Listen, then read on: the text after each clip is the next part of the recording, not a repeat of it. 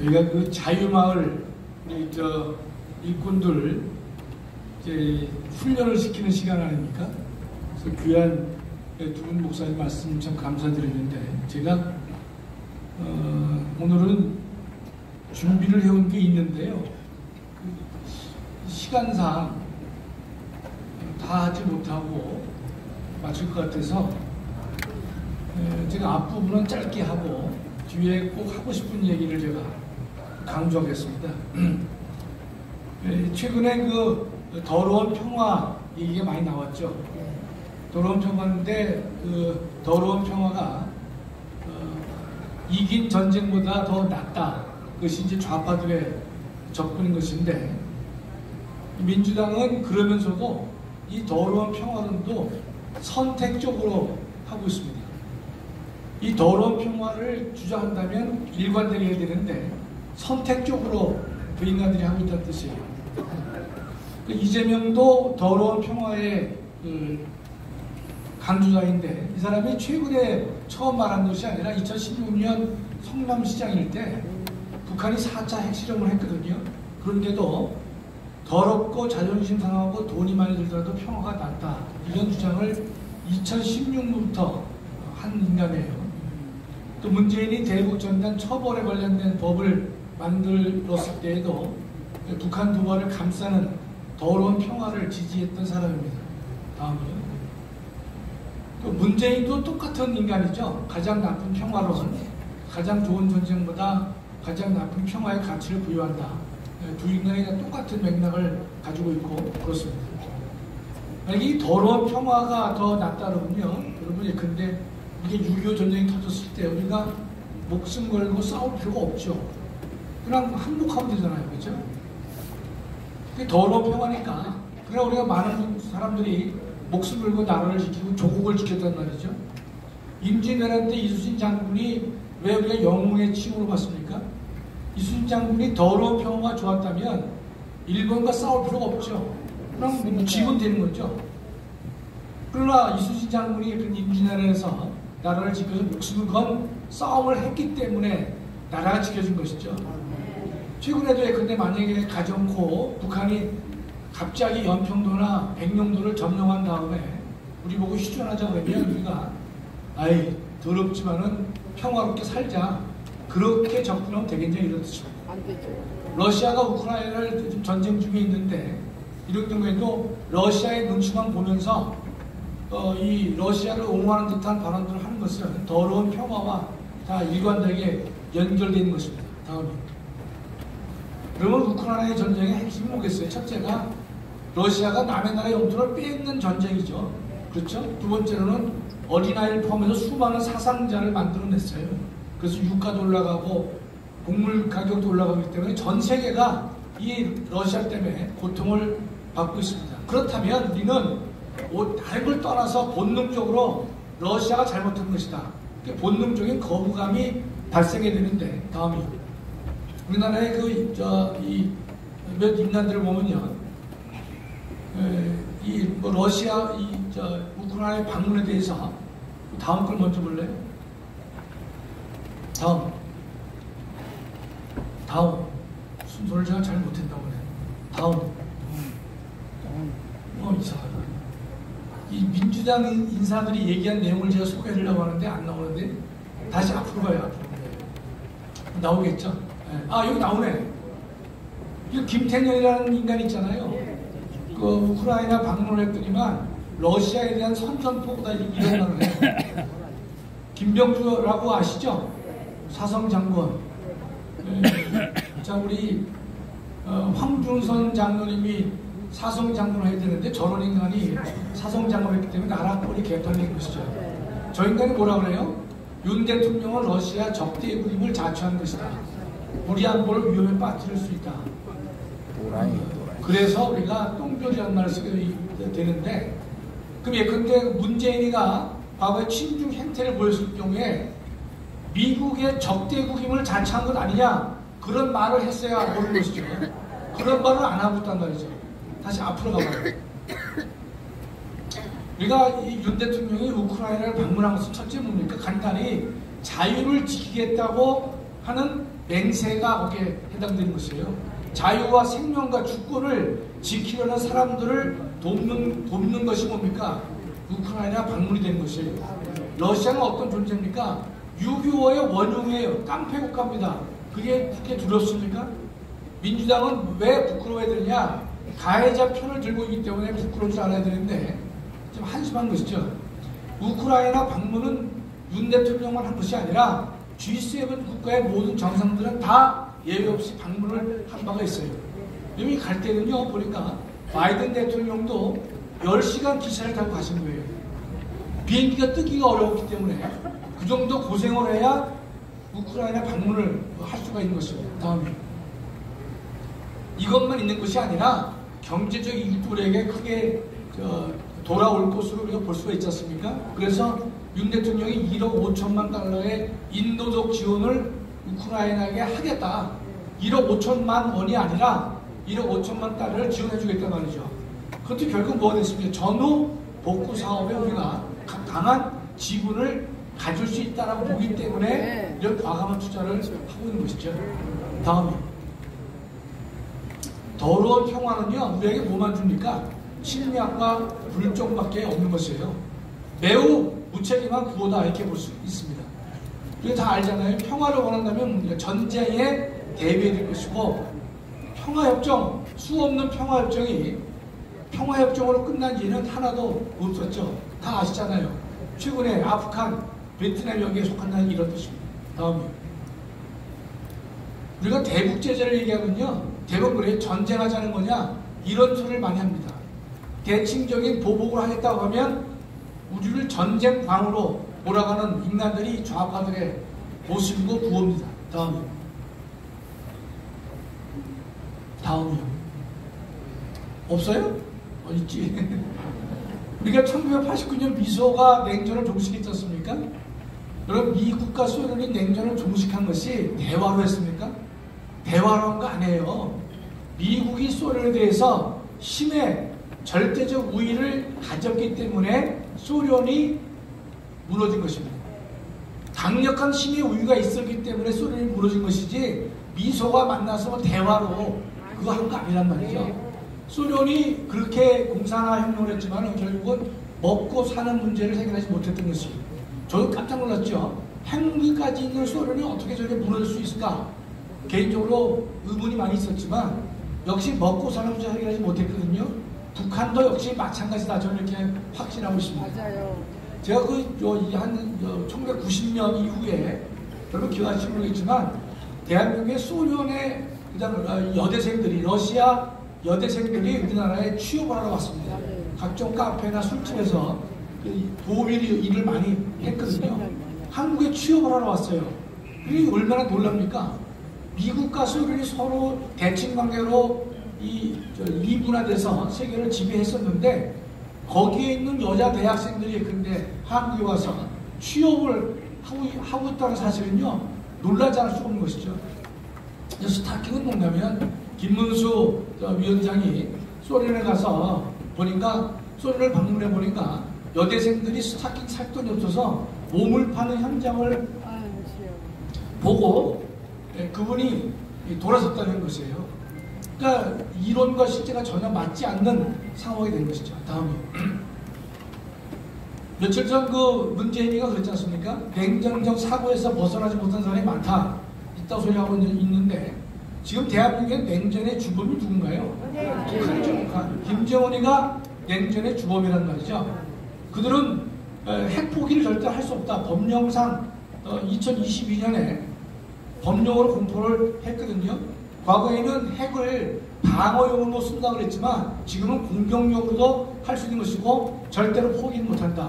그렇게 법령으로 못을 박은 것이 김정은이라면, 냉전적 한반도의 냉전을 가지고 있는 일으키고 유지하고 있는 존재가 바로 북한인 것이에요. 그렇다면 남한과 북한은 냉전 상황 아닙니까? 그렇다면 우리는 어떤 사고를 해야 됩니까? 냉전적 사고를 포기할 수가 없는 것이죠. 그런데 쓸데없이 냉전적 사고에서 벗어나지 못하는 사람이 있단 말이죠. 하여튼 문재인 때문에 은혜가 안 돼요.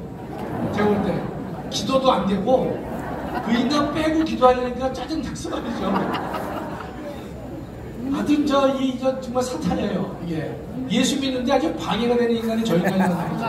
말씀드리고 살려고 하는데 저 인간 때문에 계속 걸림돌이 되는 거예요.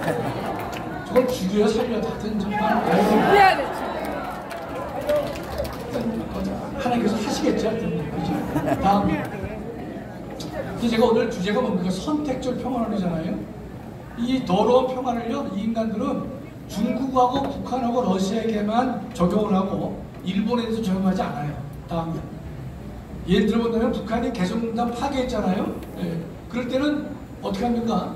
더러운 평화를 하자는 거예요. 폭파해도 다 참는 거야. 천안함 파괴해도 참고 핵무기를 개발해도 더러운 평화가 더 좋다는 것이. 사드 배치 러시아 생략하겠습니다. 다음에. 그러나 일본에 대해서는요, 더러운 평화를 얘기 안 합니다. 여러분 기억하시죠? 그 반도체 때문에 일본과 싸울 때 문재인이가 뭐라 했습니까? 2019년에 이순신의 12척의 배 정신을 강조했어요. 다시는 지지 않겠다. 조국은 죽창을 벌였죠. 그러면 논리가 안 맞잖아요. 일본이 그렇게 보복을 하면 더러운 평화라도 해야 될 거 아니겠어요? 그렇죠? 근데 더러운 평화도 해야 되는데 일본한테는 더러운 평화를 하자는 말을 안 해요. 북한, 러시아, 중국에게만 선택적으로 이 더러운 평화를 적용하고 있다는 뜻이에요. 옳지 않은 것이죠. 네, 다음이요. 다 나왔죠? 중국에는 항복하자고 하고 일본에서만 아주 일본만 나오면 이 인간들은요 70년 전의 일인데 징병 얘기를 하고 위안부 얘기를 하면 70년, 80년 전의 얘기인데 마치 엊그제 발생한 일이냐 떠들고 난리법석을 치고 있는 것이에요. 거기에 넘어가는 대한민국 국민의 수준에 문제가 있는 것이죠. 맞아요. 다음이요. 윤 대통령이 한일 방문했지 않습니까? 긴장 완화를 시켰잖아요. 관계 복원을 하니까 매국이라고 하고 마치 화해를 같이 하는 한복식이라고 있다고 소리를 하고 있는데, 아이고, 다음이요. 요새 이제 개딸들이요 이런 말 하는데요. 그래. 이재명이 무슨 소리야? 현존하는 이순신이래 이재명이가. 신격과 하네. 신격과 하네. 일본으로 보내야 되겠네. 진짜 나쁘고요. 나쁘고. 전과 사문 이놈이 뭐 현존하는 이순신 갖다 붙이겠다고 했지. 에이. 그 밑에 이제 참남하다 그랬는데 조금 전에 장 목사님 설교 중에 참남한 부대예요. 참남 그죠? 충무공은 어떤 사람이 싸워서 이긴 영웅이에요. 더러운 평화와 합의라는 사람이 아니에요. 싸워서 이긴 영웅인데 이 더러운 평화를 말이지 이순신에게 갖다가 붙입니까? 죽이는 분이야 뜨죠. 하여튼 저 인간들 때문에 이 은혜가 안 돼요.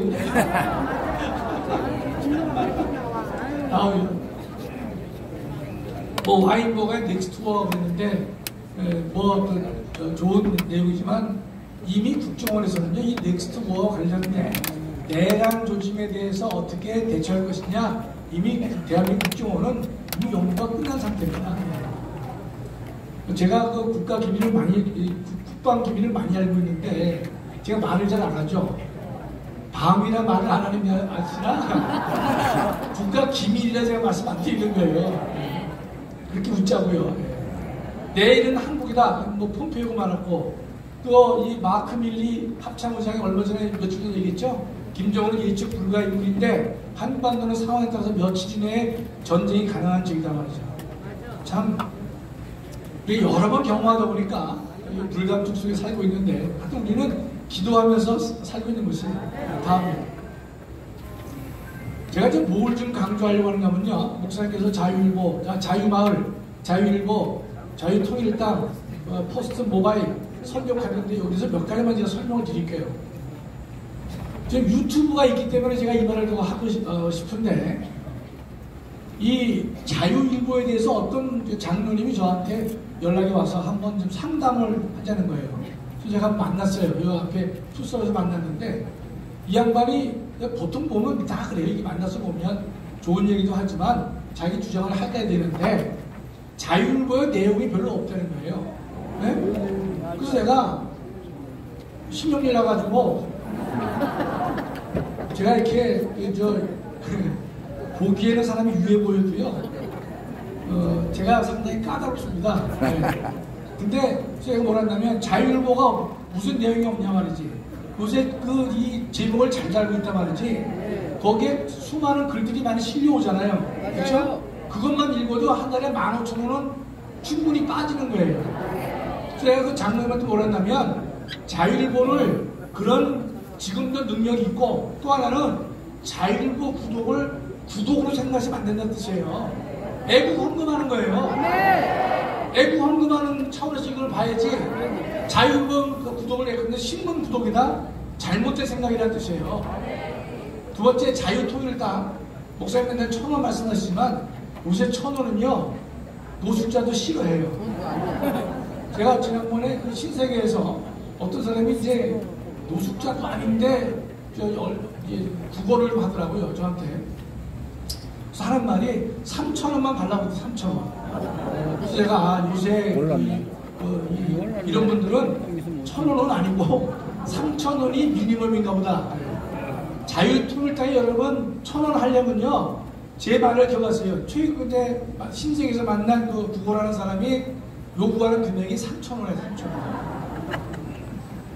근데 우리가 그 다음에요 자유통일당 가입은 좀 쉽지 않죠. 사람들이 정당 가입을 잘 안 하려고 하기 때문에 목사님은 이제 1,000원 얘기하시지만 1,000원이 문제가 아니라 이 정당 가입을 잘 안 하려고 해서 그런 건데 그래도 우리가 가입을 시켜야죠. 그런데 제 두 번째는 포스트 모바일인데 이 포스트 모바일에 대해서는 제가 우리 애가 이 일의 현장에 있기 때문에 제가 조금 알아요. 아는데 제가 이 유튜브를 듣는 분들 또 여러분들 중에서 그런 분이 혹시 있을 수가 있는데 근데 이 묶여있는 사람이 많아요. 뭐 가족들이 묶여있고 하는데 그래봐야 돈 차이 얼마 안 납니다. 실제로 얼마 안 나요. 근데 무슨 뭐 어디 음식 뭐라면 뭐 깎아준다 안 한다 그러는데 그거 다 관념적인 거예요. 문시점을 몇 번 다신다고. 제가 이 말씀드리고 뭔가면 주변에 제 주변 가까이 있는 애국운동하는 가까운 사람들이 이 포스트 모바일이 가입을 안 하는 데가 있는 거예요. 이 가입하니까 5만원, 10만원 손해본다고 안 하는 사람이 있어요. 그래서 내가 이걸 다 공개할 수도 없는 거고 말이죠. 네? 함께 하는데 근데 그것이요 개인의 능력에 따라서 5만원, 10만원이 부담되는 분은 있을 거예요. 당연히 있겠죠. 그런 분들은 근데 뭐 8월달에 한다든지 9월달에 한다든지 할 수가 있습니다. 그러나 몇천원, 몇만원 같은 경우를 하면요 그건 과감하게 하셔야 되는 거예요. 이게 도대체 무슨 뭐 포스트 모바일이 기계 성능이 떨어져요.